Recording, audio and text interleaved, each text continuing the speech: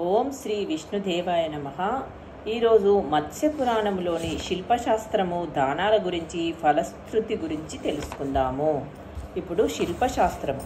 దేవుడి విగ్రహాలను కూడా కొలతల ప్రకారము ప్రతిష్ఠించాలి. విష్ణువు 4 చేతుల్లో శంఖ చక్ర గద పద్మాలు ఉండాలి. విష్ణువుకు 8 చేతులైతే కుడివైపున చేతుల్లో శంఖము గద బాణము పద్మము ఉండాలి.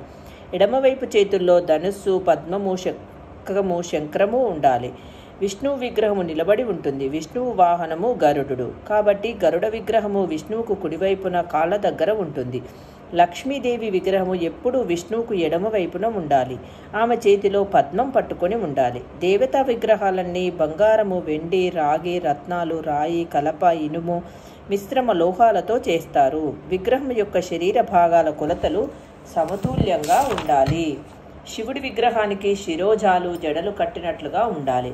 తలపై అర్ధచంద్రుడు ఉండాలి. విగ్రహ రూపంలో ఉన్న శివుడు 16 ఏళ్ల వయసు ఉన్న యువకుడిలా కనిపించాలి. పులి చర్మాన్ని ధరించి నాగాభరణాలు కలిగి ఉండాలి. ఒక చెవిలో నెమలి ఈక ఉండాలి. త్రిశూలము కుడి చేతిలో పట్టుకోవాలి. పుర్రె పట్టుకుంటే అది ఎడమ చేతిలో ఉండాలి. వృషభవాహనుడైన శివుడికి 2 చేతులే ఉండాలి. నాట్యం చేస్తున్నప్పుడు విగ్రహానికి 10 చేతులు ఉండాలి. త్రిపురాసురుడిని చంపుతున్న విగ్రహం అయితే దానికి 16 చేతులు ఉండాలి. శివుడి అర్ధనారీశ్వర రూపము కలిగిన విగ్రహానికి శివుడికి సంబంధించిన భాగము కుడివైపున ఉండాలి. పార్వతికి సంబంధించిన భాగము ఎడమవైపున ఉండాలి. కుడివైపు చేతిలో పుర్రె పట్టుకుంటే ఎడమవైపు చేతిలో పద్మాన్ని పట్టుకోవాలి. ఇక మండపాలు కూడా వివిధ రకాలైనవి ఉన్నవి. స్తంభాల సంఖ్య ఆధారంగా వాటిని పుష్పక మండపము, సువ్రత మండపము, సముద్ర మండపము మొదలైన 27 రకాల మండపాలుగా విభజించారు. ఇప్పుడు దానాల గురించి తెలుసుకుందాము. దానాలు చేసే విధానాలు కూడా రకరకాలుగా ఉన్నాయి.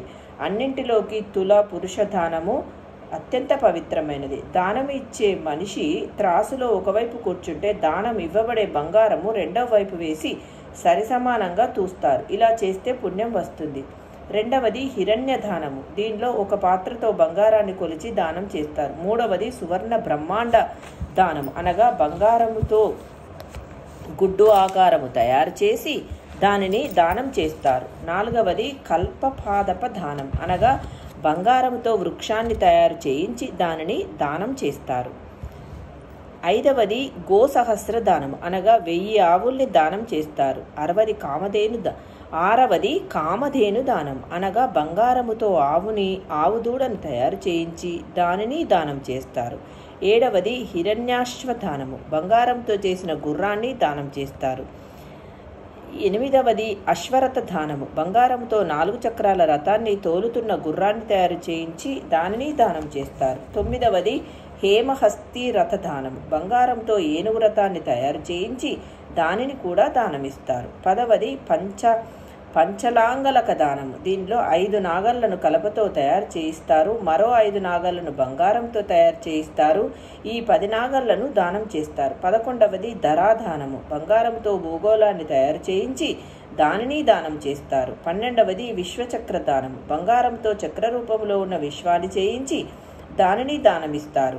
13వది మహాకల్పలత దానము, బంగారంతో 10 లతలను చేయించి వాటిని దానమిస్తారు. 14వది సప్తసాగర దానము, ఇందులో నేలలో 7 గుంతలు తవ్వాలి. 7 గుంతలు 7 సముద్రాలకి ప్రతీకలు. మొదటి గుంతలో ఉప్పు, రెండవ దానిలో పాలు, మూడవ దానిలో వెన్న, 4వ దానిలో బెల్లము పాకము, 5వ దానిలో పెరుగు, 6వ దానిలో పంచదార, 7వ దానిలో పవిత్ర జలము ఉండాలి. బంగారంతో బ్రహ్మ, విష్ణు, శివుడు, సూర్యుడు, యముడు, లక్ష్మి, పార్వతీదేవి విగ్రహాలను తయారు చేయించాలి. వీటిని పై గుంతలలో వరుసగా ఉంచాలి. తర్వాత వాటిని రత్నాలతో నింపి వాటినన్నింటినీ కలిపి దానం చేయాలి. 15వది రత్నధేను దానము, బంగారంతో గోవుని చేయించి దానికి ముక్కుకు, కళ్ళకి, కనుబొమ్మలకి, ఇతర భాగాలకు రత్నాల్ని తాపడం చేసి దానిని దానం చేయాలి. 16వది మహాభూత ఘట దానము, బంగారంతో కుండను చేయించి దానిని రత్నాలతో తాపడం చేసి దానం ఇవ్వాలి. పైన చెప్పిన 16 రకాల దానాలు మిగతా వాటి కంటే ఎంతో ఉత్కృష్టమైనవి. ఈ దానాలు చేస్తే అంతులేని పుణ్యం వస్తుంది. రోమహర్షణుడు ఈ విధంగా మత్స్యపురాణాన్ని దేవతలకి, ఋషులకి వినిపించాడు. ఋషులు, దేవతలు రోమహర్షణుడికి కృతజ్ఞతతో అభివాదం చేసి వెళ్ళిపోయారు. దీని యొక్క ఫలశ్రుతి. ఈ గ్రంథము అతి పవిత్రమైనది. ఈ గ్రంథంలో ఒక్క అధ్యాయాన్ని చదివినా అన్ని పాపాలు నశిస్తాయి. గ్రంథమంతా చదివితే స్వర్గప్రాప్తి కలుగుతుంది. విన్నవారికి కూడా అంతులేని శుభ ఫలితాలు కలుగుతాయి. ఈ గ్రంథాన్ని దానం చేయటం వలన సహస్రయజ్ఞ ఫలితం లభిస్తుంది. ఓం శ్రీ విష్ణుదేవాయ నమః. మత్స్య పురాణం సమాప్తం.